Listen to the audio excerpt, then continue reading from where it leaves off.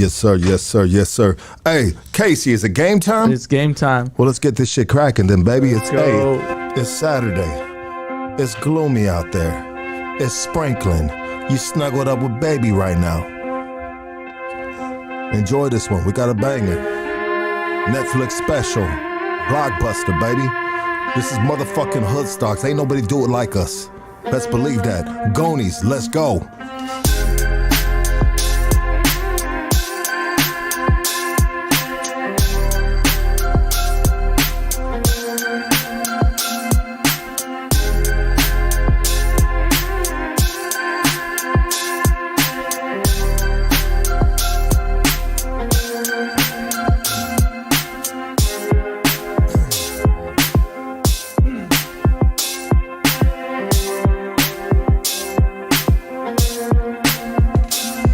That like,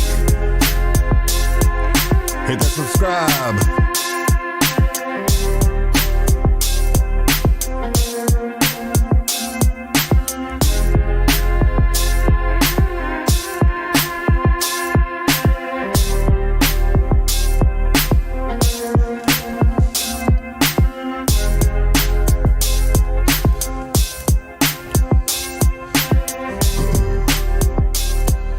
Yeah. Slow fade. Slow fade in the rain. Love the rain, man. I think even when your car breaks down in the rain, bro, it's not that bad. You know, makes it like an adventure almost. Maybe not, I don't know. I want to give a big shout out to STIIIZY. Pull up to the local STIIIZY shop in your area and cop some of that good, baby. You can also follow them on Instagram at STIIIZY Nation. All right, Hoodstocks is brought to you by Dying to See Me. Dying to See Me is a podcast we love and support. Please go to YouTube and hit that subscribe button, baby. Looking for the best criminal defense attorney in the city of Los Angeles? Look no further. Doug Sherrod is our guy, and he can be your guy as well. Mr. Sherrod used to be a federal prosecutor as well as a district attorney for the city of Los Angeles. He didn't like unfair politics on that side of the fence, so now he's going to bat for individuals that have been wrongfully accused or just had a bad weekend. Damn. Anxiety levels through the roof. Through the roof, Batman. Got to cross the bridge. Call Doug Sherrod right now. Don't play with it. KingKongLawyer.com. KingKongLawyer.com. Casey? KingKongLawyer.com. Looking for some good quality cannabis? I mean, Killer quality cannabis. Hit up the folks at Killa Kush. They specialize in bringing you the best quality available from OG to exotic. They got it all. Baby. Okay. Hit them up at KillaKushCali@gmail.com or on IG at KillaKush__420. And matter of fact, hey, it's Saturday, baby. You need to smoke some of this shit. I know. If you're in Whittier, okay, here's an address. Write it down. Get a piece of paper and a pencil. I mean, do people write shit down still? Let me get a piece of paper and a pencil. Hold on. I'm writing shit down right now. On your notes? That's not writing, sir. You're typing something down right now. Anyways, here is the address. 13739 Leffingwell Road, Whittier, baby. Unit F. Unit F. Go fuck yourself right now. No, I'm just playing. Sorry about that. What the fuck? That's not what the copy says. Unit F. Anyways, Orange County, stand the fuck up. Gutter Phenom is a lifestyle brand that is dedicated to supporting and inspiring individuals who are determined to achieve their dreams. We believe that no matter where they come from and what they've been through with hard work and dedication, anything is possible. Fucking poor guy had too much NyQuil. A portion of our proceeds are donated to organizations that provide vocational training for parolees and scholarships for those in the need of drug and alcohol treatment. Visit Gutterphenom. Gutterphenom.com. Gutterphenom.com. You threw me off with that one. Gutterphenom.com. We haven't done that one yet. No, I know. I was just seeing it. You know, if you're on your toes, dog. You're fucking slipping, sir. I was reading some of these comments, my bad. You're like, fucking NyQuil all fucking dripping down your chinny chin chin. Gutterphenom.com. That sounds like a country song, huh? Anyways, use Hoodstocks20 to receive 20% off your order today, baby. All right, guys, enough fucking around, dog. We paid a little bills. Now it's time to get down to the fucking meat and potatoes of what we doing today. Shit, man. I'm just gonna make it. I'm gonna do it like this. I want everybody to get up off your motherfucking futons, baby, and give a warm welcome back home to Daniel Roman. Let's go. Thank you. Appreciate that. Welcome home, brother. You've been gone for 18 years. 18 years. You went in when you were 15 years old. 15 years old. Yes, You're sir. 33 years old now, right now. 33 in July, yes, sir. You got out last month? Last month. Yep. August. So you fresh out. Fresh. Yes. I can still smell the Irish Spring on you, sir. Yeah, I thought you were gonna say you smelled a yard on me. I was about to say, damn, I showered this morning. I don't know what that's about. Shit, yeah. How does it feel? Feels great. It feels great. You know what? I catch myself when I'm driving down the freeway. I catch myself just looking at the sky, LA skyline, looking at the palm trees, window open, taking in the breeze, and just like, man, I'm out. I'm out. Because for so long, I thought, man, this is where I'm going to die. I'm going to die in this motherfucker, man. It is what it is, though, you know.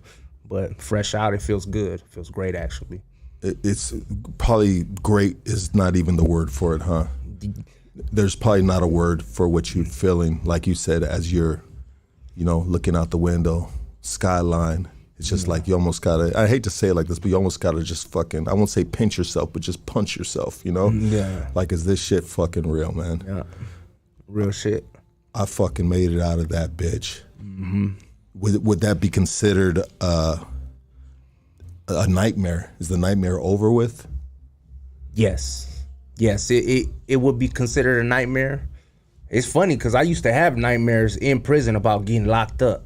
So that shit was like real. But yeah, the nightmare's over. Now it's just more like I'm tiptoeing. I'm walking a fine line on parole. So, You were having nightmares about, that's interesting that you said that, bro. But you're having nightmares about a traumatic, something very traumatic that happened in your life. Yeah. And so the cold part about that nightmare is when you woke up. Yeah, and I'm still in prison.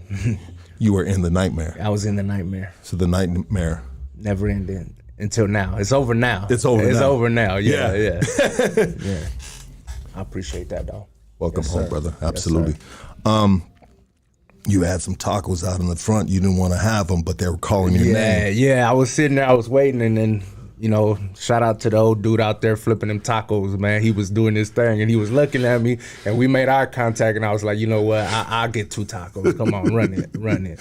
Yeah. Boy, he was probably looking at your big ass, homie, and he was like, fool, you gonna rob me or you gonna buy some food? Yeah, I don't know. We made eye contact, so he might have been thinking that. He might have been 100%. I'm thinking that, bro. If I see your big ass pull up on me and you ain't getting in line to order, but you eyeballing, we making eye contact, something's going on here. Yeah. But were they good? Yeah, they were good. They were good in the motherfucker. Ribeye.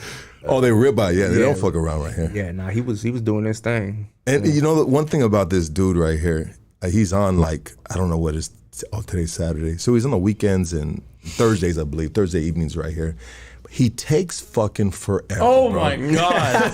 Oh, my I was God. thinking that shit. I said, man, I got an appointment right now. Hurry up. I was looking at him, too. He's like, right now. He kept telling me, right now. Does he cook it from a raw piece of meat or is it pre-cooked? What is it, Casey? I think it's raw, but same thing. Last Sunday, I got the ceviche plate, and I was like, cool, I got like 30 minutes. I could, I could eat it, and then we'll be good. And this dude takes 25 minutes to make it. He's like walking and doing it all slow and stopping and talking. And I'm like, dude. Hey, sometimes, I don't know, he's cooking with love, with care. I don't know. No, it was really good. I mean, he made it all fresh. All the stuff's all cut up, and he kind of, with the ceviche at least, he like combines all the ingredients and then like does like this special plating, puts in a little cup and puts it on top of the plate and, throws his sauces on there. I mean, yeah, it's definitely made with love, but. Well, in a real restaurant, let me ask you this, Casey, because you're a restaurant connoisseur, right? That you go to a lot of fancy restaurants. I mean, just regular restaurants in general. Do they cook? Is everything fresh they make, bro? A lot of it's pre-cooked, right? Usually everything's fresh. I think it depends where you go. Yeah, it depends Yeah. where you go. If you're going to the Depends where you go. chains, maybe it's not as fresh, right? You're going like Chili's, Outback. You're going to Olive Garden, but I know Olive Garden makes a lot of this stuff fresh though. Okay. Well, I was gonna say, well, shit, this is probably better than a fucking restaurant. I do bro. know if the pizza is cheap, then they buy ingredients that are about to expire. Okay. That's one thing I do know. Hey, makes sense. You know, it makes sense to them, and it makes sense to, I guess, me, bro. If I'm getting, it's not expired. You know, tomorrow when I shit it out, that shit. Yeah, that's it. They timing it just right. Anyways, some of the food that you've had since you've been out. What was your go-to, bro? What were you thinking? The first thing I got when I got out was a New York style steak, some cheesecake, Okay. some macaroni, and a side of fries. Yeah. Was that the picture you sent me with the butter knife? Yeah. That was day one right there. That was day one. That was day one. Okay. That was day one. So I had put the picture up, and there were some homies on the Instagram. They were just like, I don't know about that food with that butter knife. And I was like, nah, dog. He's got a fucking, he's got a piece of what was it, cake, right? Yeah, cheesecake. Yeah, he got some cake right there, dog. It's just you can't see it in the picture because it's cropped out, whatever. But anyways, you had the steak there. What restaurant was that? The Cheesecake Factory. Okay, was it? I mean, It was anything good. Yeah, it was shit better than I ate the night before. Yeah. What'd you have the night before? I don't even remember. Then that was your last night yeah. in prison after 19 years of going in when you're 15 years old. Yeah. I mean, bro, the last time you were out, you were a child, bro. Yeah. A child, bro. Yeah. And now you're a man, bro. Yeah, and that was one of my biggest fears getting out because the last time I was out, I was dependent on my father, right? He sheltered me, gave me a place to stay, fed me, and he passed away when I was in prison. So it was like, when that happened, he was kind of like the liaison to me and my family. So when he passed, I kind of lost touch with everybody, and I was in high desert at the time. Okay. So that was one of the hardest things. And now getting out, I was like, damn, I don't got pops no more. Yeah. It's me, myself, and I. That's all you got right now. right now. Well, no. Now, when I touched down, growing up, I didn't know my mom. She was never in my life. We got took when we were kids. CPS, my brothers, we got separated. She was in the street. She was like really out there. She had an addiction. She did everything. Like when I say everything, I mean everything.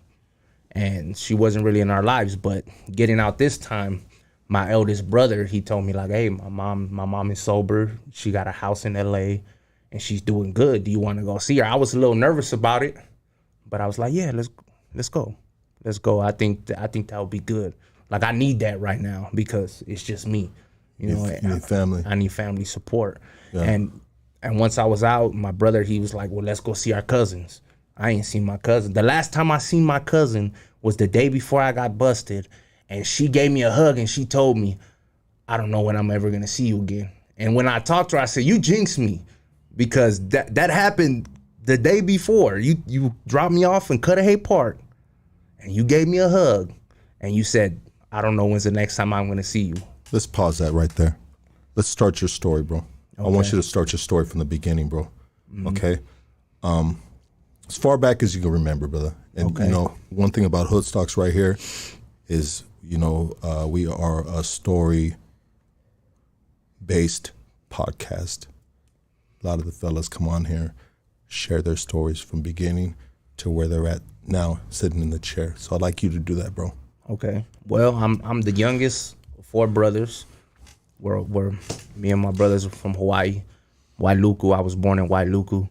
Came to LA to Cudahy as a baby. Grew up in Cudahy, Park Avenue Elementary, Santa Ana, Wilcox. That's where we grew up. Like I said, my mom was never really in the picture, so we grew up with my grandma and my pops. Pops was going to school, working, so my grandma was like our primary caregiver. Well, she wound up getting cancer and breast cancer, and she wound up passing away when I was 9. And that's kind of like where my life like took a turn, because after she was gone, we really didn't have no like primary caregivers in the house. Of course, Pops, but he was doing what he was doing to feed us, to house us, to clothe us. So he wasn't really present. I mean, he was present, but he wasn't present. And, after school programs and all that shit didn't hold us, So we took to the streets. And my brother David, he wound up getting into my neighborhood first. And then my brother Jose, well, both my brothers wind up coming back into our lives after our grandma passed because CPS took them. So when they came back into our lives, it was cool, but constantly having to hide them from the social workers and stuff like that, it was like there was something wrong there, but we really couldn't comprehend that shit. We were just happy to have our brothers. Hiding them from the social workers? Yeah. Why were you hiding them? Well, because they ran away. They ran away. From foster care? Yeah, from foster care. Okay. My brother Jose, okay, I believe he was at Chatsworth at the time. He just showed up. And we're like, what the fuck? Like, this motherfucker just showed up. And we're like, cool. And he stayed with us. Yeah. And we could have got in trouble. My pops could have got in trouble. But that's one thing I did admire about my dad, because we have different dads. Even though we had different dads, he embraced them because those were our brothers. That's sick, bro. So, yeah. So shout out to my pops, rest in peace. But, yeah, my brother David wound up getting into the hood first, and then my brother Jose followed, and then I eventually wound up getting into the hood. What led me to getting into my neighborhood was my brother Jose passing away. So when he passed away, I was actually in camp. I was doing my first camp program. I wasn't from the hood yet or nothing, but I wound up getting locked up for getting into a fight and really beating a dude up. So when I got out from camp, that's when they told me that my brother passed away. And I didn't process it at the time. I just got angry. And I made the decision then and there. I said, well, you know what? My brother's no longer here no more. I'm going to get into the hood and I'm going to take his name and I'm going to make sure that name lives on. So I got into the hood and that's when I took the name Little Shadow. So, and then from then on, it was rocking and rolling, rocking and rolling. My other brother, David, he didn't want me to get into the hood, but I mean, naturally, you couldn't stop me. I was stubborn, headstrong, and it's what I wanted at the time, so I wound up getting into the hood. I'm in and out of juvenile hall, and then up to a point where I caught my case. The crazy thing is I was only living a gang lifestyle for a year before I got caught up for this. Wow. So it was like, it happened fast, but so much happened in that year. It was like, damn, it was like a lot happened. And as I sat back and I reflected on my life, like, fuck, we're taking chances. We're taking real chances. Like, and thinking about it now, like, damn, I wouldn't do none of that shit now as a grown ass man. Thinking about it now, you crazy in a motherfucker. I'm not going over there, Yeah. You were 15 years old back then. I didn't fear consequence. I didn't see that far behind my nose. Like, I couldn't see past my nose, bro. I was just living in the moment. It was the hood, is what it was, up until the point where I wound up getting busted for a robbery, attempted murder. And, like I told you, I was in and out of juvenile hall, so that I wasn't really tripping on getting busted, but it was what came after I got busted the night after, when they woke me up and they were like, hey, we're taking you to Sylmore juvenile hall right now. And I was like, what the hell? Well, why am I going to Sylmore? Because you got court in the morning. I got court in the morning. I usually don't go to court until a month later. Like, nah, not this time. We're taking you. So I go to Sylmore. The next day I wake up. They wake me up early in the morning. They give me orange jumpsuits. They give me the shackles. And it's a whole new experience for me. They give me the shackles. They take me out. And I never forget this. And this is something that's like burned into my memory. I step out the unit. It's the compound. I'm in Y1, the compound. I come out and you just see a bunch of juveniles, all in the same oranges, all shackled up with the sheriffs right there. I don't know what's going on. We go to LA County. I see my crime partners in the bus, so it makes me feel a little better, like, all right, the homies, And then I get to court and I find out I'm getting tried as an adult. Wow. Yeah. So they tell me you facing life in prison. And I'm like, what the hell? I'm facing life in prison. I went back to the holding tank and I cried. I was like, fuck. What did I do? So it was still the same case you got busted for. You thought you were going to get tried as a juvenile at 15 years old. Yeah. So you kind of had like a little bit of no worries, thinking that, well, maybe they'll give me juvenile life or something, and I can get out of like what is it? 25. 25, right? Yeah. Yeah. I'll go to camp again or something. I've been through this before. But you understood the seriousness of the crime. I mean, what you got arrested for this crime? You've been sentenced. Everyone's been sentenced for this crime. Yeah. Yeah, of course, right? Mm-hmm. Was it?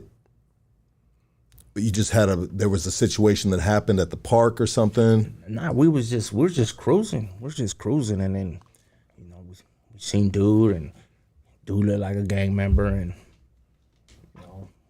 gave up, and then shit happened. Yeah, for sure, Shit for happened. sure. Okay. And And so you get busted for it right then and there? yeah, like about no more than 10 minutes later. You get Because the shit happened on Imperial. Okay. And there was traffic, like I said, it was stupid. It was stupid. I wasn't thinking. It just happened. I wasn't looking around. I wasn't on my toes. I didn't scope the scenery. I just did it. Yeah. And at the time, I didn't understand the severity of it. Because even after the fact, I was thinking in my head, I said, you know what? I can't wait to tell my brother what I just did. Yeah. That's what was going through my mind. Let me get home and tell my brother. So that way he could be like, that's right, fool. Yeah. But never made it home. We got caught up in front of my apartments. Who'd have swooped up on you guys, huh? In front of my apartments. Yeah. All my neighbors came out. My dad came out. And I was just sitting there, and I felt shame. I felt shame because my pops was just looking at me. And I looked at him, and I just looked at the ground like, damn. I felt like shit, I felt like shit. And then when they told me that life, like I told you, I cried. I ain't got no shame in it. I cried. I was like, fuck, I'm going to spend the rest of my life in here. But it was there in that tank that I made the decision. I said, well, fuck it. If this is what it is, it's the hood. It's the hood, and we going to ride it till the wheels fall off. And that was my thought process going into it. And from then, I just started acting a fool. I ain't got nothing to lose. It is what it is. So they take you, from Silmar, they take basically it's all the juveniles that's getting tried as an adult, correct? Yeah. Okay. And so they tried you as an adult? Yeah, they tried me as an adult. Okay. How long did you go to court for? Like 6-7 months. I took a deal. You took a deal? I took a deal. Did you have a paid lawyer or anything? Nah, no. I had a public defender. How was a public defender? Well, the first one they gave me, they switched it up on me. The first one they gave me was a chick. She was cool. She was like, look, I can get you a deal. It's going to be like 13 to 17 years. She's like, I advise you to take it because they got the gun. They got witnesses. Yeah. Take this deal. And I was like, all right. That's better than life. Yeah. Come on, bring it. Yeah. Well, before the preliminary hearing, they switched her and they gave me a dude. And it's funny because thinking about it now, I know why they switched her on me, and I know why they gave me this dude. He had my last name. His name was Roman, right? The whole process, they never communicated with my parents. They never communicated with my dad. So I'm talking to this dude, Roman, and he's like, look, mijo, and I'm looking at him and I'm like, but thinking about it now, they gave me him so I could feel comfortable with him, so he can coerce me into taking this deal, and he did. And I wound up taking 29 years. Did you ever ask him and say, hey, check it out, old girl, the sexy one over here? She was gonna give me 13 to 17 years. I told him that. I told him she said teens, and he was like, yeah, well, the DA he's playing hardball with me. I advise you, look, if you don't take this right now, we're going to trial, and you're gonna wind up getting 50 to life. And I was like, damn.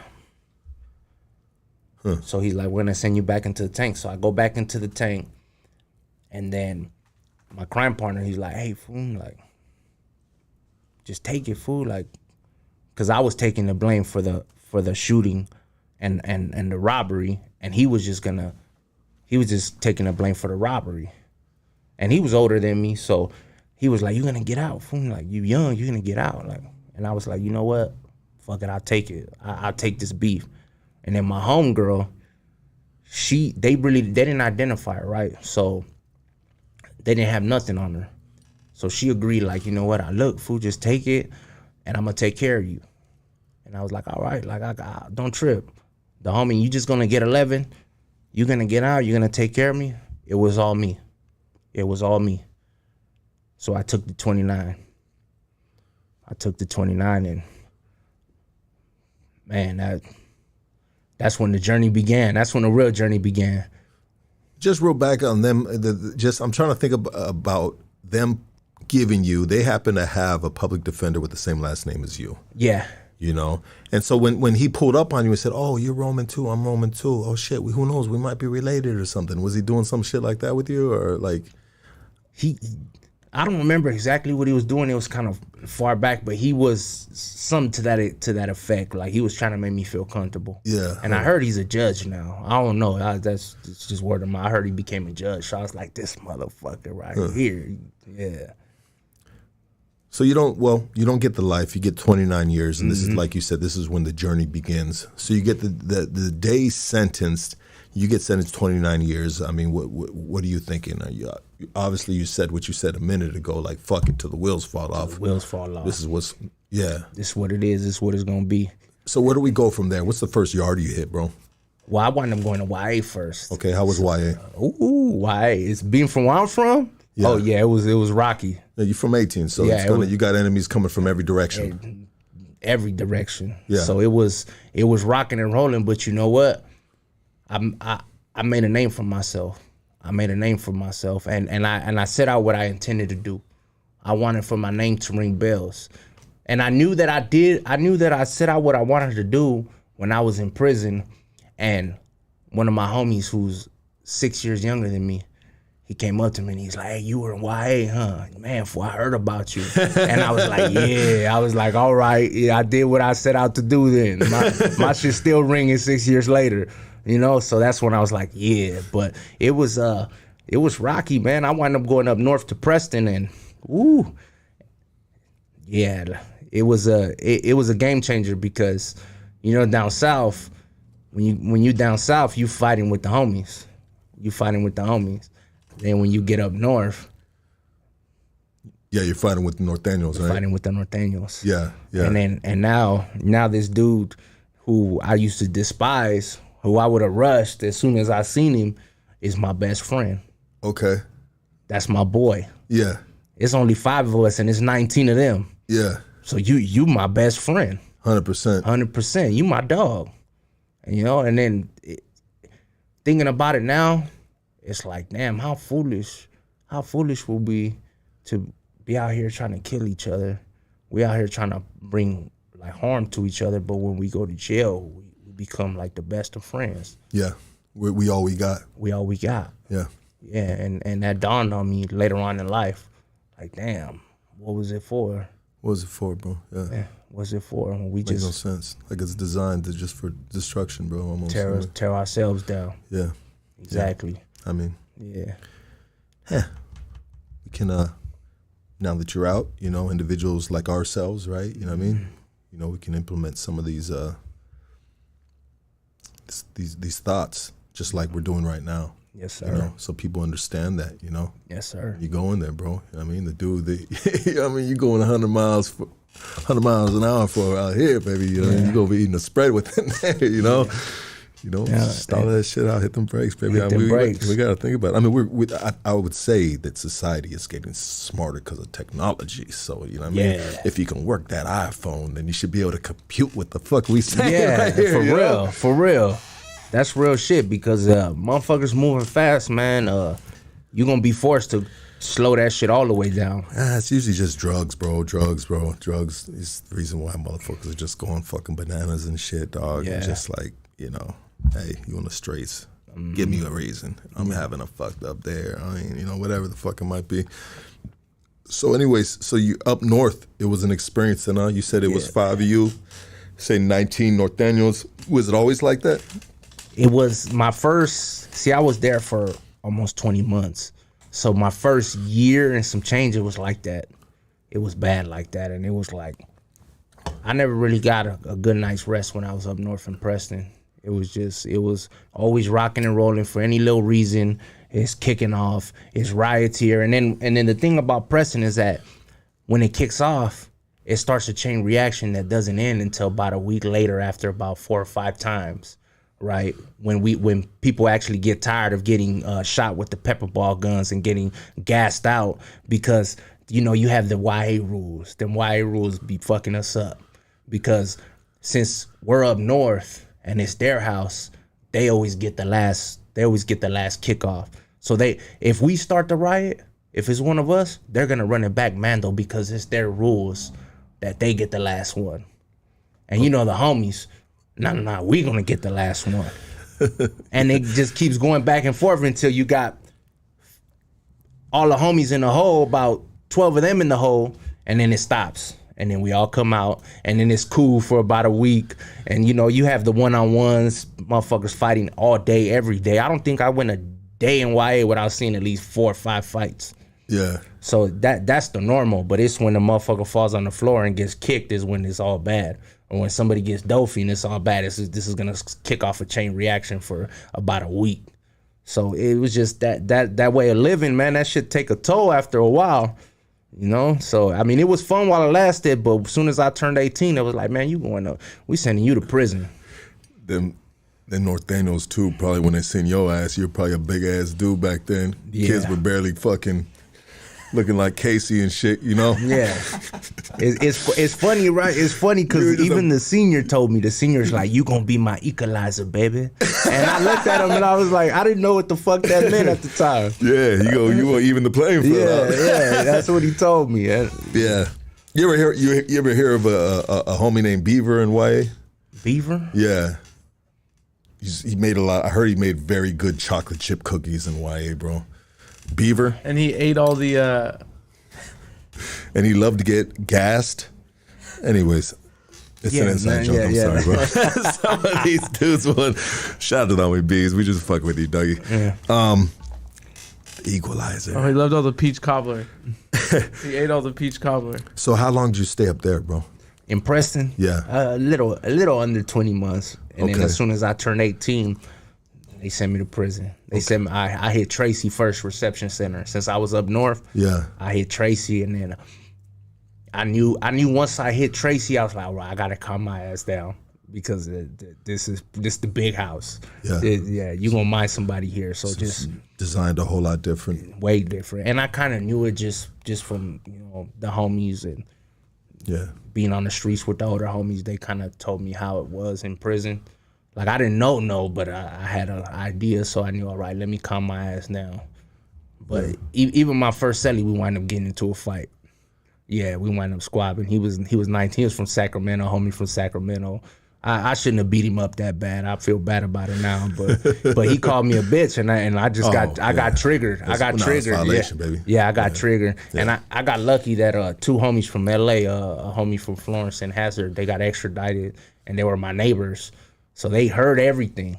Yeah. They heard everything. So there was no repercussions from you from that shit. I had to do burpees on the yard, which were the hardest burpees ever. I was a fat boy, dog. I was like, man, just whoop my ass. I'll take an ass whooping over these burpees. That's what I was thinking. Like, fuck, I'm in the yard doing burpees, and they only 1 pumps. I could do that now like nothing, but back then, woo, that was hard.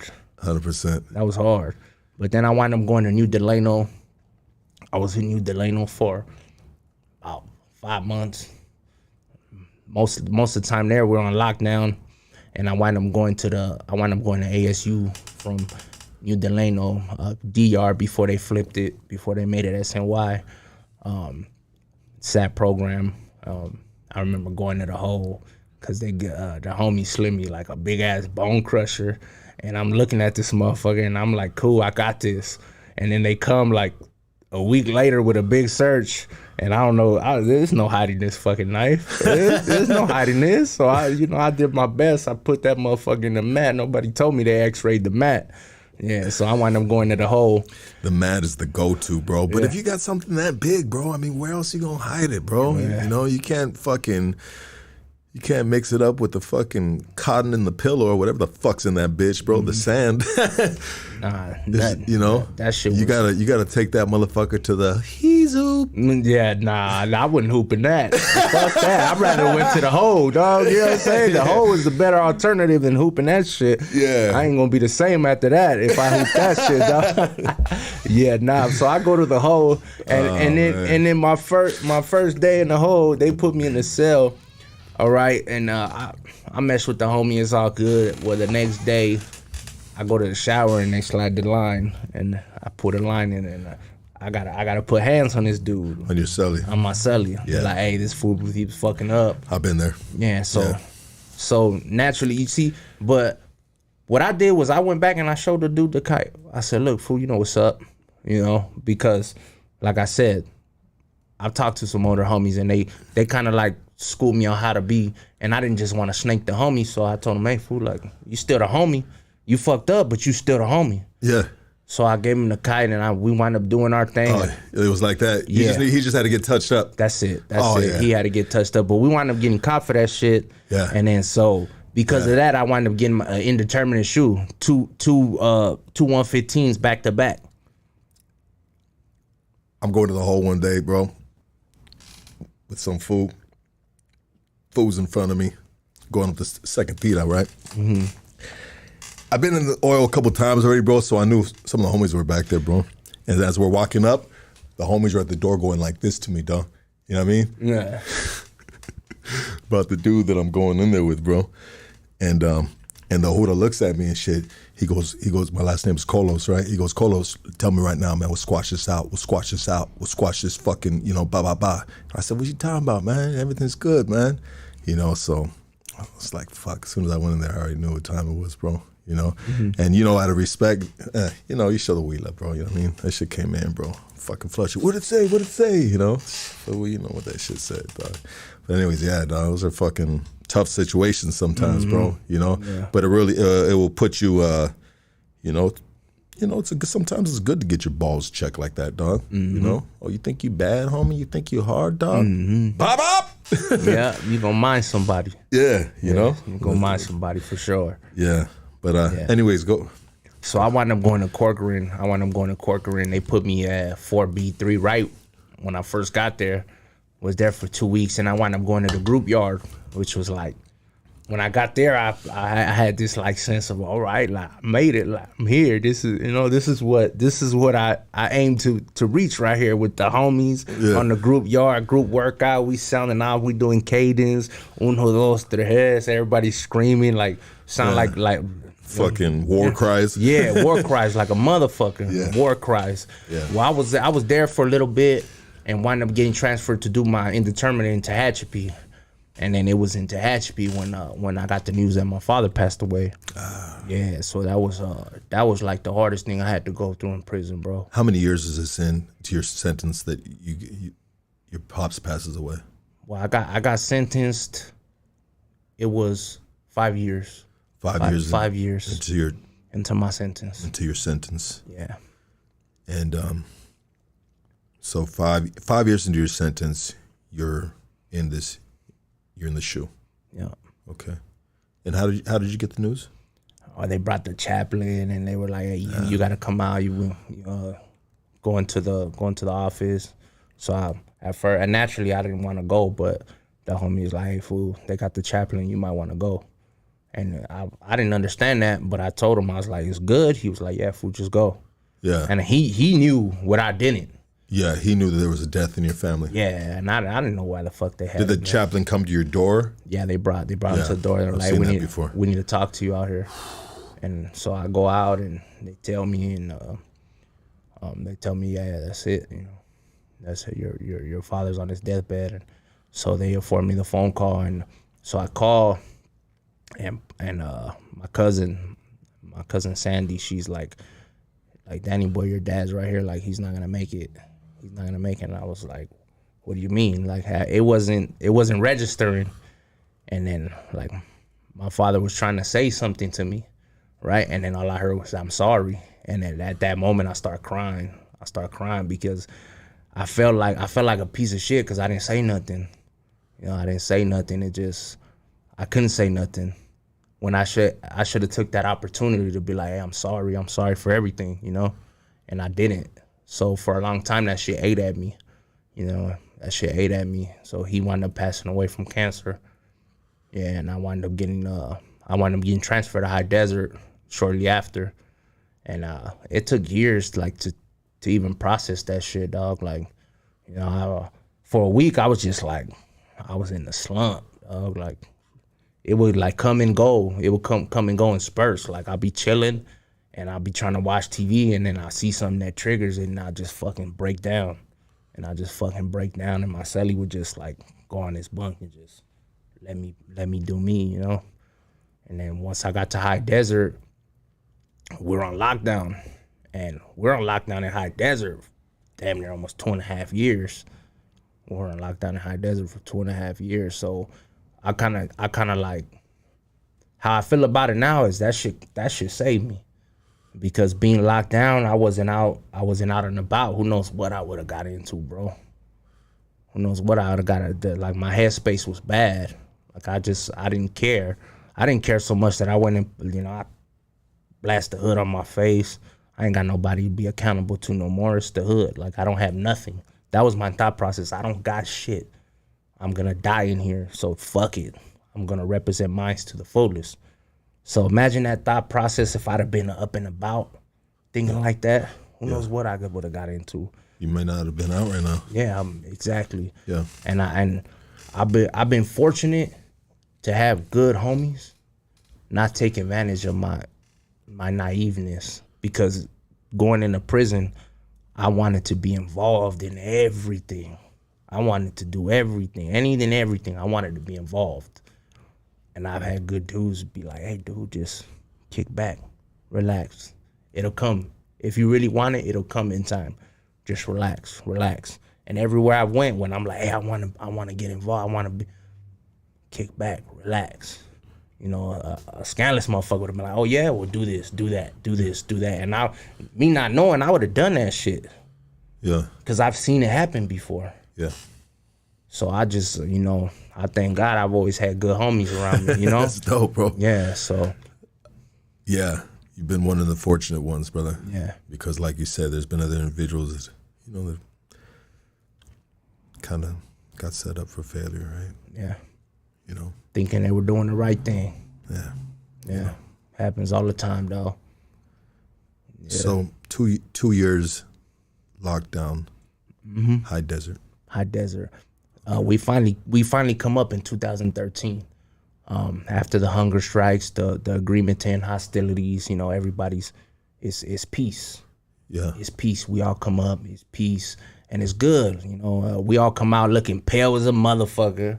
Everybody pale, got beards, looking funny as hell. We don't know where our bars are at. We don't know nothing, because you know how prison is, dog. We don't know where we supposed to go, so everybody's out walking around not knowing what's going on. But we finally get into the program of things. But I remember telling myself in that lockdown, I said, you know what? I had a moment where I sat down and I reflected, and there was one thing that my dad had always told me: don't let my time be for nothing. And once I was able to process him being gone, I made a promise, because I couldn't do it for myself at the time. So I made a promise to him that I was gonna try and do something better. I didn't know what it was, but when I get the chance, I'm gonna search for something better. So coming off lockdown, I wind up going to school. I wind up going to volunteer education. I wind up getting into the Alternatives to Violence program. You know, and that right there really kind of changed my perspective on everything, AVP. And because I'm sitting in a room where everybody's older than me, I'm the youngest in there. I'm 23. Everybody's older. And remember, I told you I was in this mindset, I'm gonna die in this motherfucker. But being in that group set where everybody's older and everybody has life, because this is a maximum security 180. Everybody got life. I'm the only one that don't got life. I got a long time, but I don't have that kickstand behind my numbers, right? And it took that experience of them being like, dog, look, this is just not the end for you. Like, I got L WAP. Motherfuckers telling me I got, without the possibility, you don't even have the L. Like, you got to get out of that mindset, right? And then I get the news, SB 260 passed. You got the chance to go to board in a couple years. So I tell myself, you know what? Let me see if I can reach for something. So I go to school and I wind up getting my GED. I get my GED. I accomplished that, and that kind of boosted up my self-esteem. Like, damn, I can do something better.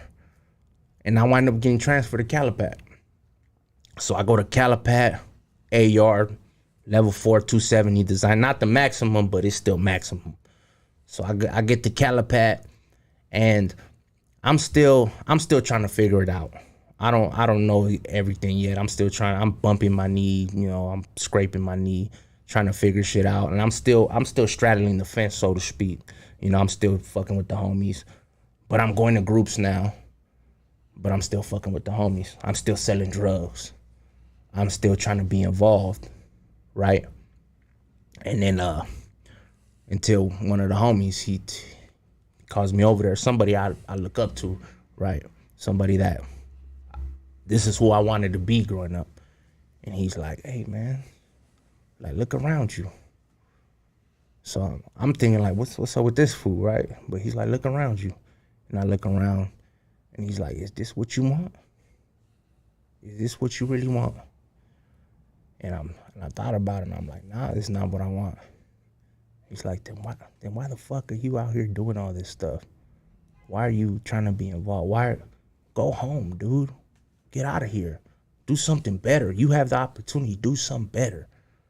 And it was that moment that I decided, you know what? I'm going to try to do something better. Yeah.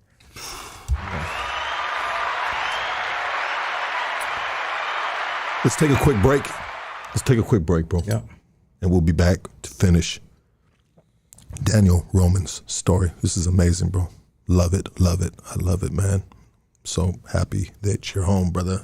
I'm loving this, bro. We'll be right back, guys. Yeah. Oh yeah, I got to do this real quick. That's right. Thank you, Casey. Big love to Apeish OG. You can cop all their amazing flowers of Apeish OG at OG Nation in the city of Maywood. Come get your flower and edibles. OG Nation is a one-stop shop for all your needs. Hey, follow the homie on Instagram at Apeish_OG at Apeish_OG. Peep game. My personal private jeweler is running 10% off discounts this month on custom work. He has the best prices in the game, and the attention to detail is one of a kind that you can't get anywhere else. All right, check it out. Yeah, you guys know he done all the hood stocks, pendants, you know what I mean? Shit, custom shit. You know what I mean? I just feel like I got a brick around my motherfucking neck, you know? The dude is amazing. I've known the dude since he's 5 years old, man. He's a good guy, man. And he made it out the fucking slummy slums, and he's fucking on some entrepreneur shit. And I'm just like, fuck, man, I love this guy.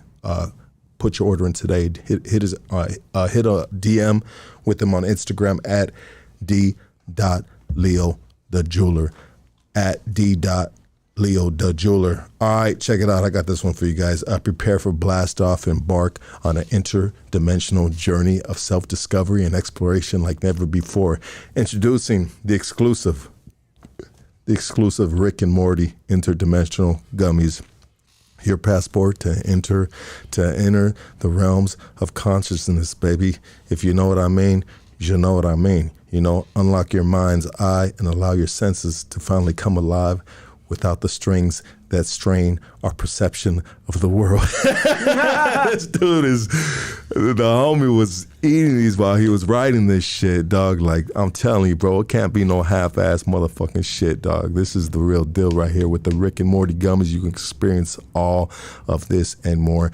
Make sure to give these cats a follow on IG at Rick and Morty Gummies Official. At Rick and Morty Gummies Official, and tap in with them in the Telegram for more info, baby. All right, we'll be right back, guys.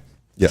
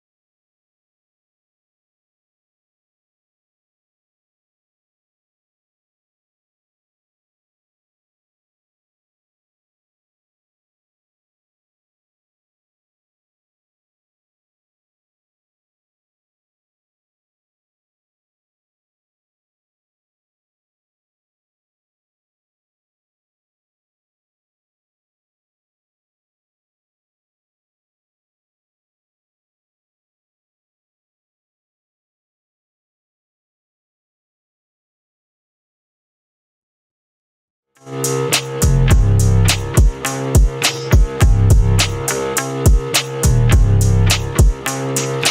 been a bad man, yeah, the devil's praying to me, and I help him go and get his way. You kept your word, boy, yeah, the devil said to me, and I can't wait to meet you one day. Yeah, I can't wait to meet you one day. Hey, hey, hey, hey, hey, hey, hey, hey. Emotions out of focus, I'm crawling at my lowest. Feet hit the streets like a high-speed pursuit. I'm wild when I move, burning to your head, about to tighten up the noose. Bunch of clown faces blowing clouds of the booth. Woof, woof, hooters at the door, now they trying to run up in. I am not a guppy shark, stash everything. Dope in the pussy like a B of A deposit. Baby girl robotic, she gang bang ebonics. Hang with the wolves or you gotta pull your weight. Told the biggest tool, keep one in the chain. This is not a date, dance with the Mex, get your face in the cake. Yeah, the devil's praying to me, and I help him go and get his way. You kept your word, boy, yeah, the devil said to me, and I can't wait to meet you one day. Yeah, I can't wait to meet you one day. Hey, hey, hey, hey, hey, hey, hey, hey. Pennies for my thoughts, I still can't make a dollar. Anybody home, Mr. 38 revolver. Holla, Lord, I need change. Check.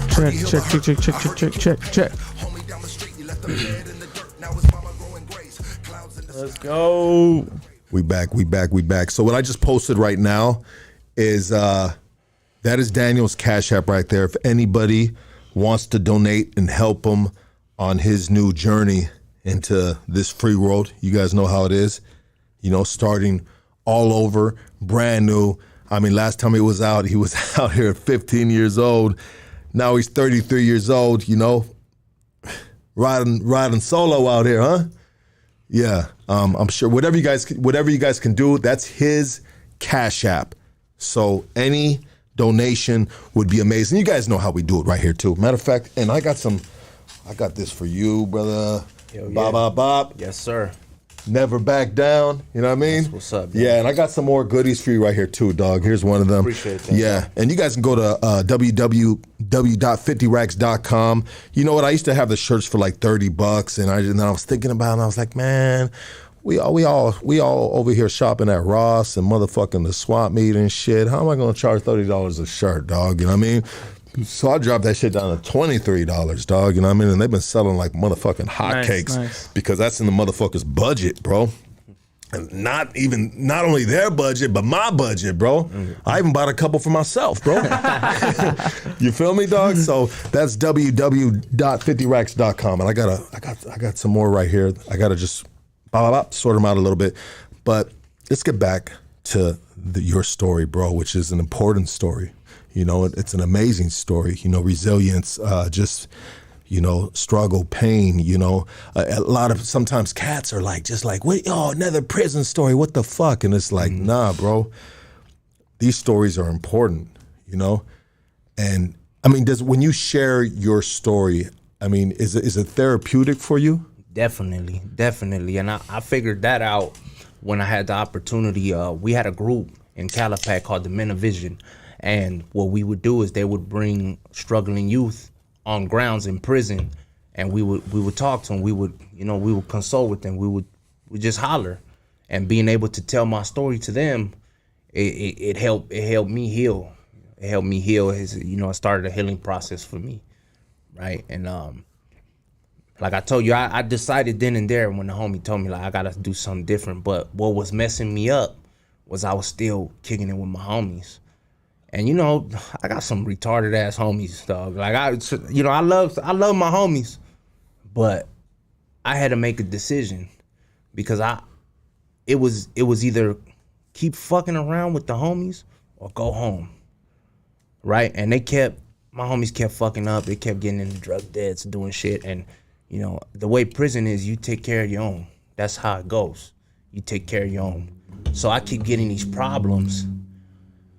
And it's like, damn, now I had to touch 2 of my homies.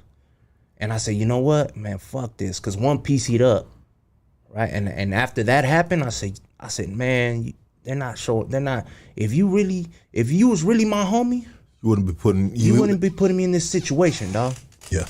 And then you PC Facts. up and you tell on me, like, that's like, and that to me was like, I was like, you know what, I love you guys, but I'm gonna take a few steps back. I'm gonna take a few steps back, homie. And you know what? I gave my whole childhood, I gave my whole teens, my 20s to this shit, right? Who can take it from me? You can't take it from me. You can't do this time I did. You can't take shit from me. So you know what? It's time to do me. It's time for me now. It's time for me. So I went around and I asked everybody, I said, look, I would appreciate it if you guys just start calling me by my name. Call me Roman. Stop calling me Shadow. Call me Roman, right? And it took some time. Motherfuckers, you know, you got some knuckleheads, dog. Hey, Shadow, hey, Shadow. So I said, okay, I got something for you. I went in and I got me one of those hello, my name sign is. Hello, my name is. And I put Roman and I slapped that motherfucker on. And I was portering at the time. I was a porter at the time. So I'm sweeping and, hey, Shadow. And I turn around and I look and I be like, Oh, right? man, And it took some time, but motherfuckers start calling me Roman. yeah. They start calling me Roman. They respect it. And I even had one dude was like, hey, homie, some dude from the IE. He's like, hey, dog, what are you, Christian? And I looked at him and I said, do I look Christian? I told him, what makes you think I'm Christian? Well, you're not going by your name. I said, what, I can't grow up? I can't be a grown-ass man and go by my name? And he was like, fool, you're tripping. I said, nah, I'm not tripping, dog. I'm not a Christian. I'm actually a Catholic. If you want to get technical, you know, Catholicism, motherfucker, right? But I'm still here. Yeah. You know what I'm saying? But I'm not gonna hide under the guise of being a Christian, because I'm still here. Yeah. Me and him wanted to get into a fight. We wanted him to get into a fight because he was like pushing, like, I don't know if the name Roman gave him the perception that I was like a chump or something, right? So I wound up getting him in the cell and whooping his ass. And he wound up piecing up after that. Oh, man. He wound up piecing up after that. And then he did one of the homies so foul. The homie put $100 on his books to go to canteen. This motherfucker goes to canteen and PCs up with the homie's canteen. Oh, my God. Yeah. So it took some time for motherfuckers to actually start calling me Roman. But what I figured out is people respected it. People respected it because they seen my walk. I wasn't bullshitting. Yeah. Like, I had my mind set up that this is what I'm gonna do. And I start working with the youth and I start going to self-help programs and I enrolled in college. And I wound up graduating. I got my AA in sociology and behavioral science, right? And shit, I just got accepted into Cal State LA in the sociology program. I start spring 2024. Shit. Yes, sir. Let's go, baby. Yes, sir. Yes, sir. Congratulations, brother. Yeah. Liking this energy right Yeah, here. so you know, and you know what? I found out that once I start doing positive shit and once I start putting my best foot forward, good things start happening to me, bro. Good things start happening to me. And I was like, man, like, it took some time, but I think I got it figured out. And just getting educated changed my whole perspective on the world, dog. Like, Getting educated, right? yeah, dog. It changed my whole perspective on the world, man. Stay in school, kids. Like, real shit. Getting educated. Change your perspective. Like, just reading books, right? Dramatically. Studying. Learning. It's more to life. There's more to life. You gotta, our lifestyle and the lifestyle that we were living is a fraction of the percent of what the world really is, of how people really think. You talking in regards to like the subculture? The subculture, the deviance of it all, right? That street corner culture. Yeah. This is like the people that live like that. The percentage is so small in the grand scheme of things. Yeah. You know, and it took me learning to figure this shit out. Yeah. And I figured it out. I said, you know what? I'm doing me now. You know, it's my turn. I gotta live for me. I did all that. You know what? And I stood tall through it all. right?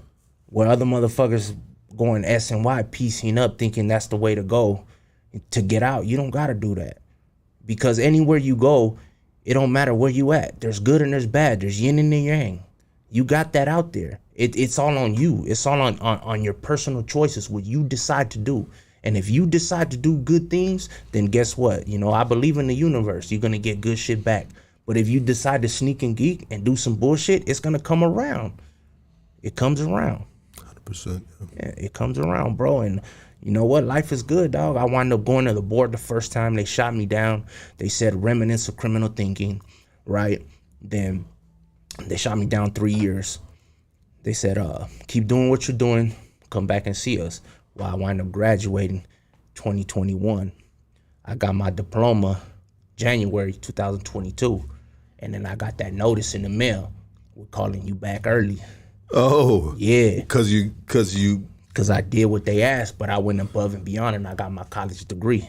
Damn. See, that wasn't a requirement. I did that shit for myself. Because, once again, when I couldn't do it for myself, I was doing it for Pops. But once I got that GED and I realized, you know what? I can do this. I could do something better, right? And that gave me the drive. And just seeing other fellas do it, man. Just seeing other homies going to school, like that shit motivated me. Like if they can do it, I can do it. And if I can do it, you can do it. Were you doing this the whole time on a 4-yard? On the 4-yard, dog. Yeah. On the 4-yard. Yeah. The whole time. I never left the 4-yard. I stayed. YA jacked me up to 200 and some points. So my points never went lower than 120. Yeah. The whole time on the 4. Right? And motherfuckers respected, dog, because they seen my walk. I wasn't faking the funk. I was serious about my change. I was serious about what I wanted to do. So when they called me back, I went in there, and it was, man, I was in there for about two hours and some change. And one of the board members, because I was practicing. I would look in the mirror and I'm practicing, and I told myself, I said, I'm not gonna, because a lot of people when they talk, they say, you know. I hate that. I do that sometimes. The filler words. Yeah. So I was practicing. I said, you know what? I'm gonna knock this shit off. I'm gonna stop with the filler words. Every time they ask me a question, I'm gonna sit back, I'm gonna breathe, and then I'm gonna answer. So I was doing that. And the board member tells me, he's like, I don't know what it is, Mr. Roman, but you sound flat. Like, well, I'm just not getting like a read on you. And in my mind, that's the idea. She's not hearing what she would be what she's used to hearing, maybe, or what. Yeah, you're just throwing her off, bro. Yeah, because you weren't giving her those filler words. Yeah. You were thought out. You were taking your time. You were composed. Yeah, and I was thinking. I said, well, you're asking me about a time where we passed the knife to this dude. This dude got stabbed, and I wound up getting the knife, and I wound up getting rid of the knife. You want me to sound enthusiastic about that? If I do that, then you're gonna be like, oh, he's still thinking the old way. He's getting excited about it. Yeah. No, I'm gonna keep my composure, and I'm gonna answer your questions. And I got nothing to hide, because you know what? You can't try me again. You can't give me more time. It is what it is. So I was truthful and forthcoming. And then they was like, we find you suitable. And I was like, son of a bitch. I'm getting goosebumps just thinking about it. And I was It was recent, right? Yeah. It wasn't too long ago. Yeah, and I was like, damn, I'm going home. I'm going home, and then come to Waterworks. Look, y'all, I'm a crybaby, all right? Don't be judging me. I know y'all motherfuckers cry too. Yeah. But I was overjoyed, bro, and the whole yard, like the love, and bro, the whole building cheered when I walked out to go home. The whole building. I'm talking about not just the homies, the whole building were like, yeah. And I was just like, fuck, that's crazy. Well, you really tripped them out, bro, with that sign on your shirt. Yeah. I'm Roman, motherfucker. Roman. Yeah. I told you, dumbass, already. Yeah. And it took some time, and No, keep going. yeah, Okay. it took some time to, even because I was so used to being like, what's up, homie, Shadow from 18. Yeah. And like, it took some time to get that shit out of my system. And seeing the homies You know, you see the hump, the first thing you do is you chunk up the neighborhood. It took some time to get that shit out of my system. But I don't even think like that no more. Like, I'm grown, homie. I'm out here. I'm trying to live life. I'm trying to do me now. You know, it's my time. You know what I'm saying? If somebody got some problems, I'll tell you what. Nobody was there when I did them 18 years, homie. So let me have 18 years on the street, and then we'll holler. And, then we'll talk about it. I'll give you that. 100%. But until then, you can't tell me shit, homie. Yeah. You ain't walked my shoes. You don't know what I've been through. You know? And it seems like when you're doing good, Yeah, they come out. yeah, and then like it's like the devil comes out to play, bro, and try to test you. Yeah. And right before I came home, I was looking forward to seeing my brother, Clumsy, rest in peace, my brother David. He wound up getting killed, and they had his services a week before I got out, and that was like, the last time me and my brother spoke, we kind of got into it because I was already on my path. And, he had his kids and he got his kids took. And, when I called him, he was like, oh, I'm out here doing my thing. I'm out here representing. I just got out the pen. And I'm like. Is he older than you? He's older than me. Yeah. He's older. Yeah. And in my head, I'm like, where your kids at, bro? Yeah. Where your kids at? What do you mean you representing? That shit don't mean nothing. Your kid, you go get your kids, homie. You just got out the pen. I've been in the pen. That shit don't mean nothing. Go get your family right. And we got into it. And that was the last time I spoke to my brother. So I was like looking forward to being able to see him in person. And then right before I got out, I found out he got killed, bro. And that shit, like, my condolences, man. Yeah, that shit was it was gut wrenching. It was gut wrenching for sure. And it's like, no matter how many tragedies happen, when it's fresh, it's fresh. And I just like, damn, I missed him by fucking like that close, dog. Like I was almost there, and talking to his wife, she was telling me like, man, he knew you were coming home, like he was excited, and that shit kind of like, it fucked me up, And I went to his gravesite when I got out first day, and I just like, I guess this is how we're gonna meet my first day out, But I didn't even want to know the circumstances. Like, I don't want to know. Don't tell me, because if I start asking those questions, who killed him? Who did? Then it's like I'm gonna feel obligated. I'm gonna feel like I don't want to know, dog. Like, just to give me my space to grieve, dog. Let me know in 18 years. Yeah, in 18 years, yeah. Yeah, exactly. I'm not trying to make a joke out of it, bro. Nah. I'll get you. Yeah. It's all good, dog. Like, and at the end of the day, I knew. She told me he was happy about how I was living. Oh, you were living in there. Yeah, he was happy because I didn't get strung out on drugs, dog. That was never my problem. My problem was the lifestyle. Yeah. Trying to belong, wanting to be accepted, that low self-esteem, wanting to make a name for myself. That was my problem, right? It was never really that. I never got into the drugs or nothing like that. So he was happy that, that I graduated, that I was coming home, that I had this, that I'm living the way I'm living now, because he never really wanted me to be from the hood. He didn't want that for me. Yeah. So now it's like, you know what? I'm going to do it for you now, too. So in the beginning of this story, you had two brothers? I got three older brothers. Three older brothers, I'm the baby. My oldest brother now, he never fucked around. So he's happy about how I'm living, but he's in Apple Valley. Okay. Yeah, so he wants me to go out there, but I'm on parole. I still got the ankle monitor. They still tracking me, and I can't leave 50 miles out of Los Angeles. Well, he's got to come to you. Yeah. Yeah. Yeah, of course. And Come see you. Yeah, he came through when I first got out, but I really ain't trying to put too much strain on a motherfucker either, Yeah, it sucks. Yeah, I heard. Who was? You know what I wanted to ask you was who took care of you the whole time, bro? The land. The land, huh? The homies. The homies. The land, man. Yeah. I learned how to make white lightning, so that was a little hustle for a minute, but I had to stop all that shit when when I was getting ready for board and stuff, I was like, you know what? I gotta stop fucking around with everything. I might go hungry, but hey, you know what?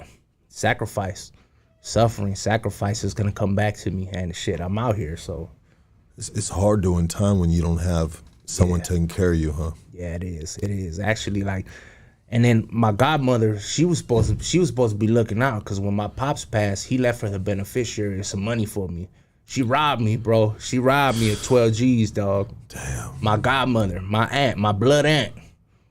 And you know what? I found her on Instagram, and she went and blocked me. That's cold, ain't it? She cold, huh, dog? My godmother, homie. Damn, bro. That's raw, huh? Yeah. That's raw. And me and one of my cousins, we still, like, last time we spoke, we got into it because of that. Because that's his mom. That's her. What's her mom? Yeah, her mom. That's her mom. So naturally, she's gonna try and back her up. Yeah. But I mean, shit. If she could live with herself, you know, taking your brother's dying wish, and going splurging on yourself, living like being selfish like that, like, I mean, I could use that money now. Shit. Like it wasn't yours to spend. It wasn't yours to keep. But you know, it is what it is, dog. Yeah, I mean, at the end of the day, if she can sleep with herself, that's on you. Let your conscience see that you ain't gonna be living in my head rent free. It is what it is. You guys hear that, man?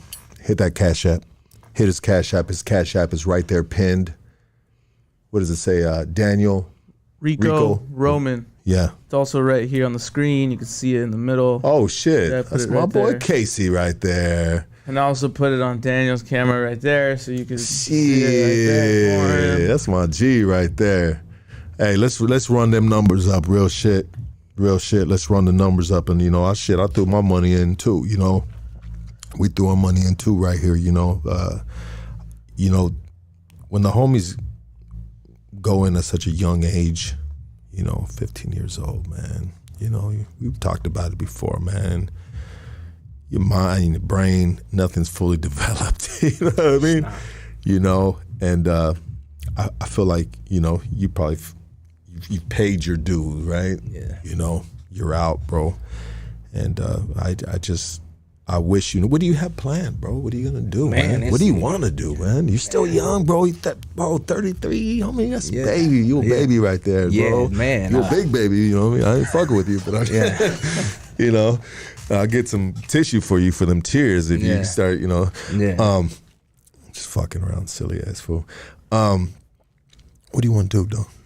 Well, I'm going back to school for sure. I know got the Cal State coming got Cal next. State Yeah. spring 2024 sociology program. Sociology, but don't you have the associates in that? Huh? Yeah, but I'm going for my bachelor's. Okay. Yeah. Okay, and so what does that can put you in a position for sociology? What like counselors? Counseling. Yeah, I want to keep working with the youth. Yeah. That's one thing that I do want to do. I got different avenues, but a lot of the semesters don't start until January. So I'm kind of like, right now I'm out there trying to find work. I just got this internship with the Anti-Recidivism Coalition. So you know, shout out to ARC, man, giving me opportunity, helping me out. You know, I'm out here trying to get it, dog. I'm trying to stay positive, stay busy. Any opportunity, man, any opportunity I can get, bro. I'm still trying to figure it out. But I know one thing: I ain't going back to jail. 100%. I know that, and I'm gonna go to school. You know what I mean? And we'll figure it out from there. You Absolutely, taking it a day at a time. Day at a time, bro. Yeah. You guys want to? Let's open up the phone line real quick. Let's open up the phone. You want to take some phone calls, bro? Come on. Let's do some phone calls. Yeah. Roman, you're up for any work, right? Any work, anybody can Man, throw out there, help right? them up part time. You know, because I'm interning too, so you know what I'm saying. I kind of got a little schedule, but yeah. What are you interning for again? ARC. There you go. You said that already. Yeah. And when that intern, what's involved with that intern? Oh, well, I'm at the desk. I'm taking phone calls. I'm greeting. I'm taking temperatures. I'm, making sure the office is tidy. I'm. And so an intern, obviously, you don't get paid for it. It's part time, but I think they're gonna pay me. I think fucking better pay you. Fucking call Caesar up right now, bro. Yeah, nah. I think it's a paid internship. Okay. I should start next week. So that's what's up. Yeah. I think it's paid. It is. Shout out to ARC, man. They doing the goddamn thing. Yeah, they do. Bro. They do real good work over there. 100%, bro. Yeah. Let's do this. You're on Hood Stocks. Talk to us. First caller. Hey, is this Lucky? Yes, sir. Yo, Lucky. I've been watching your show for a while, man. And when I found out, it's some wild shit, bro. When I found out that you're Mexican and Jewish, bro, that's some wild shit. Cause I'm Mexican and Arab, bro. So. Well, fuck you too, then, huh? We're fucking both. We're both outcast. And yeah, bro. And hearing how you said, like, growing up, you always felt like you had to go a little like extra hard. You know what I mean? Because people just didn't accept you. You know what I mean? That's just how I always felt. You know, like, shit, I have my name. It's like, bro, when you look at me, I look like you, bro. I look like a straight up Mexican, bro. Yeah. Some people, Mexicans say I don't look like Mexicans, but then the whites are like, fuck, let's get the fucking Mexican out of here, dog. You know? Yeah, I feel it, though. I feel it, yeah. You got a question for the homie right here? For Daniel? Yeah. My question is, like, so doing all the time, man, like, and having a new chapter, like, how do you feel having like a second chance? You know, like, do you appreciate it? Like as far as you just really appreciate it every day? Yeah, of course. I wake up every day and I take a deep breath and I'm loving life, man. I'm enjoying this second opportunity and I'm not gonna take it for granted. I'm gonna make it count. Definitely, man. Definitely. I just want to say, like, you know, shout out to your podcast, and you know, it puts people like us that even though we come from that, we can still make it. You know what I mean? So I appreciate that. Yeah, thank you. Thank you. Appreciate the call, W. Next phone call. Let's go. You're on Hood Stocks. Talk to us. Hey, Lucky, how you doing, homie? Good, brother. Good. Hey, this my name's Rumble from Monrovia. I'm calling in. I can relate a lot to the homie Daniel's story. I like to bless someone with a little something, but maybe I could do it on the side instead of, you know, going into the Cash App, if that's cool. Yeah, that's cool, bro. Like the side, like how? Like we got to meet you in a dark alley, bro? I don't know about that, dog. Yeah, sounds a little sketchy, homie. You got me a little nervous, doggy. hey, Lucky, I went in at 14. I came home when I was 28. You were with Beeves. You were with Beeves, weren't you? Yeah, I started off with Beeves, yeah. Hit the joint, all that shit. Okay, I remember. I remember your name, bro. I remember your name because I think you called in before. Yeah, about a beaver's cheeks getting clapped. Yeah. Yeah. Fucking clapathon, bro. I don't even know why he calls it YA. He should have called it a clapathon, bro. Clapathon. Yeah. Nah, but I'm doing pretty good myself, so good shit, brother. You know, I like to bless the homie with a little something with some ends and stuff. So I don't know. I can slide my number. I don't know if you got caller ID. Homie can hit me up. You know what? You know, I can meet up with him and send me give him cash, whatever, man. Yeah, you know. Well, you know, he's you know, bro. He's out after 18 years, and you know, I don't think he's trying to pull up on a bunch of different type of homies that he don't know. And no disrespect to you, dog. Yeah. You know, but I think I would speak for him on this. You know what I mean? And I would advise him, you know, probably, you know, just stay in his lane and do what he needs to do. But the best thing to support him, brother, would to be, you know, there's other ways to send the money, bro. But maybe if you just want to have a conversation with him too, bro. If that's what it is, you want to talk to him. Text me with your name, brother, and then I'll give it to the homie, bro.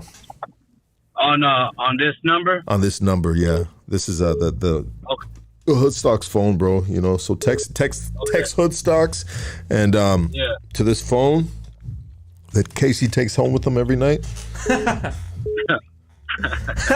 Yeah. All right. Cool, man.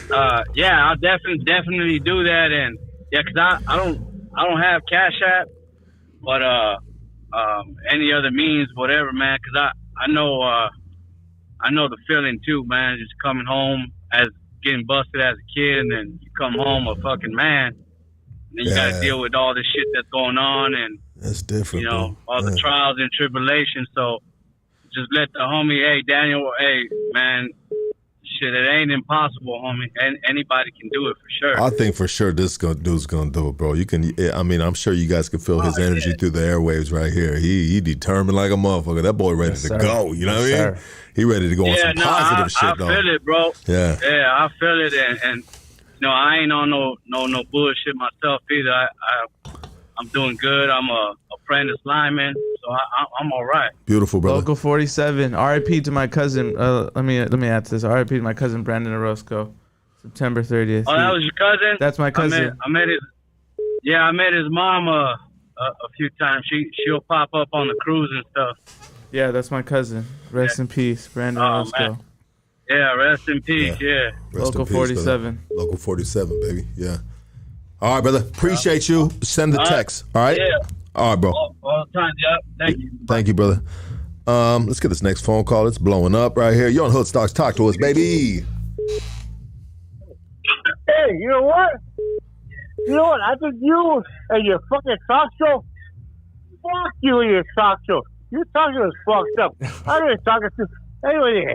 You know what? You're fucking fake. All you motherfuckers are fake ass motherfuckers. All you, it made your show. Fuck you. He need rehab. That sounds like rehab. That kind of sounds like Willie. I was trying to figure out what the fuck he was trying to say at first, dog. I was just like, damn, is he speaking the English or you know what I mean? You know what I mean? Fuck, that's a bad day right there, dog. Pray for that man. Pray for that man, dog. You're on Hood Stocks. Talk to us.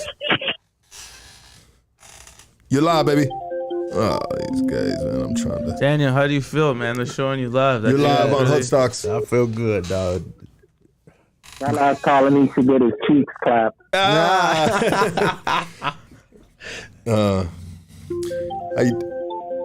Oh shit! Did he hang up? Yeah. I wanted to say. That was a good call. You're on Hood Stocks. Talk to us. What's up? What's up? What up? What up? You got to turn the volume down in the background, brother. Turn the volume down. Yeah. Turn the volume down in the background. Yo, bro, you got to turn the volume down in the back. What? Hello? Yo. Yeah. Being patient. Okay. Oh, man. Yeah. Sometimes. He was starstruck. He said, oh, shit, I'm live? Starstruck. Who's the star here? It sure ain't me. You're on Hood Stocks. Talk to us. Hey, Lucky. Yes, sir. Hey, this is Nick from Venice. And I'd like to say shout out to man Roman trying to put some money on his app. But I can't quite get on there. I don't know what I got to do, but I want to get some money to him. It's blessings to you, my brother, and there's a few of these interviews that you got going on, man. That with Lokes, your homeboy Lokes, man, just a lot of inspiration on me. I got to tell you, man. I got love for this podcast. I just became a Goonie about a month and a half ago, man. I've been watching you for 2 months. Man, I got love for this. Got love for this podcast, my brother. Appreciate you, brother. Thank you. Yeah. How can I get to talk to somebody? Put some money on Roman's app there. Is his app not working? Can you check your app? I'm taking the little button. I'm taking that little thing that says that's got like Hood Stocks, and it's got right below the right below the. Oh, you're hitting the button. Yeah. What am I supposed to? You got to go to an app called Cash App. So yeah, if you have either Apple or Google or Android phone, you could look in your app store and download this app called Cash App that you create an account, and then you log your bank account info, and then you could send money that way. I got you. I'll do that right away, my brother. But I'm not taking much of your guys' time. Got love for you guys. Man, I appreciate you guys. I watch you all the time. And on the last note, man, I play that devil song and that other song that Lucky has, man, up at the beach. I'm rolling around every time I'm riding my board. Venice, there, man, and I got people looking and stuff. What song is that, man? So that's just still alive, man. Much love, bro. Venice, love Venice. All right, homie. Yeah. God bless you, man. Thank you, brother. Thank you so much, Likewise. Have a good weekend, bro. Yeah, that's dope. He sound like an OG. Turn the volume down. You're on Hood Stocks. Hey, man, you got to lower the volume of the live so we could talk to you. I'll try this many times over and over. Do you have the app, though, bro? Yeah, I got it. It's in there? Can you go to the app? Hey. Oh. Laying down. He's Laying down. What the? I couldn't hear because we were trying to talk, Oh. but he wasn't listening to what the live was telling him or what we were trying to tell him. Yeah. Let's get this next call right here. These guys, man. You're on Hood Stocks. Talk to us. So, Lucky, What up, G? how you doing? Very well, brother. Very well. All right. It's a good podcast, man. Keep it up. Thank you, brother. Where you calling from, doggy? Shit, we're coming from the 219 Stockton. Stockton and the Casa. Much love for the homies from Stockton, dog. Yep, I just remember just chilling watching your shows, man.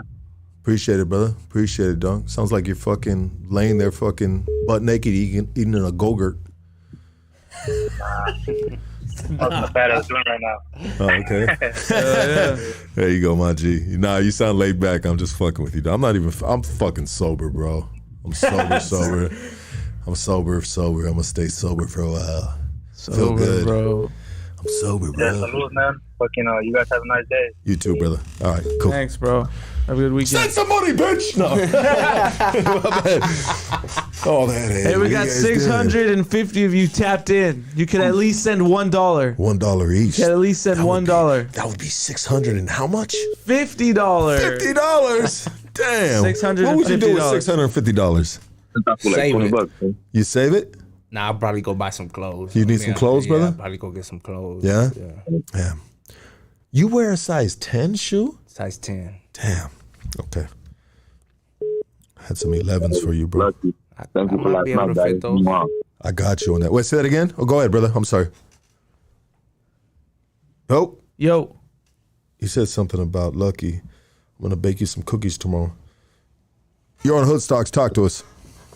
What up, man? I'm calling out from San Antonio, man. Just want to say I love what you're doing, Lucky. And just keep on going, man. You know what I mean? Much love. Appreciate it, baby. Hey, dog, I don't know why we get so much love from San Antonio, bro. We get a lot of love from San Antonio. Hey, look, check it out. I called y'all. I called a while ago, and the sound was, because I'm watching y'all live right now, bro. You know what I mean? Okay, cool. The sound in the back was up. Oh, the sound went out? Yeah, he was the one that called. You said the Starstruck. You said Starstruck. Oh, yeah. No, my bad, bro. I'm glad you heard what we were trying to tell you. Hey, I love what y'all are doing. Hey, keep on going forward, man. And, wish y'all the best. Thank you, know brother. what I mean? Appreciate it, doggy. Love, baby. Love, baby. Yes, sir. All right. Were you able to see it, doggy? You're on Hood Stocks. Talk to us. Let me see what it look like. Yes or no? That's it? That's it? That's it? I mean, shit, I'm grateful. Dog, But those are the only donations? It's like 5 donations? Yeah. 5 donations. 5 donations, and there's 650 of you motherfuckers right here. All right, you're on Hood Stocks. Talk to us. Hey, Lucky, what's up, man? How you guys doing? Doing good, brother. How much are you donating today? Hey, don't trip with me. I got the homie. I'm just messing with you, bro. Yeah, I'm fucking with you. It's funny though, dogs. You be hearing fools like that. You got beer money? Who don't trip, dog? Come on, dog. I got you last week, remember? Go ahead, dog. Yeah, I'm fucking with you, dog. Oh, he hung up. Damn, homie. When you ask the homie for the ball $1, homie. Shit, they motherfucker get ghost, dog. It's all good. I'm just no pressure, guys. You're on Hood Stocks. Talk to us. If I run a little bit or be a little crazy, I'm looking for you. Hey, you got to turn the volume down in the back. Next call. You're on Hood Stocks. Talk to us. Yo. Quick question. Yes, sir. Who goes harder, Inglewood or Los Angeles? Huh? Next phone Talking call, about bro. the Chargers versus the Rams? You're on Hood Stocks. Talk to us. I will donate $100 if you get Playboy Eddie on the line right now. If I get Playboy Eddie on the line, just donate the $100, bro. Why do you got to put all that shit on there, dog? But I can probably get him on the line. I could. You fucking asshole. Lucky, you got $100. Yeah, I got $100. I gave him. Yeah. Anyways, I don't know what the fuck you talking about though. You're on Hood Stocks. Talk to us. Hey, Lucky, you sexy as fuck. Just kidding. I'm just gonna. I'm sorry, I had to do it. You called last time, huh? I didn't call last time. That wasn't me. I'm Okay. sorry. I had to fuck with you. It's all good. It's all good. I'm sorry. I missed the podcast. I worked nights and I was sleeping. I just woke up, but I had to call to bust your balls. Oh yeah, thank you for that. You're a legend. Yeah. Who's calling? You're What's your name? welcome. What's your It's name? Esmeralda. Melda? Esmeralda? Okay. Esmeralda. Okay. Esmeralda. Oh, damn. Anyways. Where you calling from? San Diego. San Diego. That's what's up. The homie just got out from doing 18 years. He was down since he was 15 years old. Since you're just waking up, I'm gonna fucking give you a quick little recap. Oh shit! All right. Yeah. Well, you got a huh? What? No. I was just gonna say, damn, that's crazy. I didn't know who it was that was on today, but I was like, fuck, if I get up early enough, I'm gonna listen to this shit. Are you single? just Because this fool's. Are you single, bro? No, I'm not single. Oh shit! Never mind. Well, that's good. I'm not single either, but I was reaching out to you because I was going to talk to you because my son was wanting to be an electrician. But anyways, I was wanting to kind of get a little lowdown, like a little info on that because I have no idea. I'm a nurse. Is your son's room next to your room? Yes. Why? Well, I just don't understand why he wouldn't want to be a plumber. Hearing all that shit all goddamn night.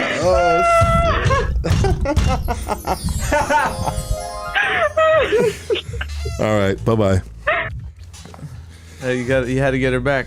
Yeah, absolutely, bro. Let her slide real quick. Then I get him back, baby. Real quick. Last phone call, you fucking cockroaches. You're on Hood Stocks. Talk to us. Hello. All right, we'll give you guys one more. Then we'll get into a little bit of this dude. I think this is the fucking guy that's. You're on Hood Stocks. Talk to us. These fucking idiots. You're on Hood Stocks. Talk to us. Yo, what's up, Lucky? Rick from Whittier. What up, Rick?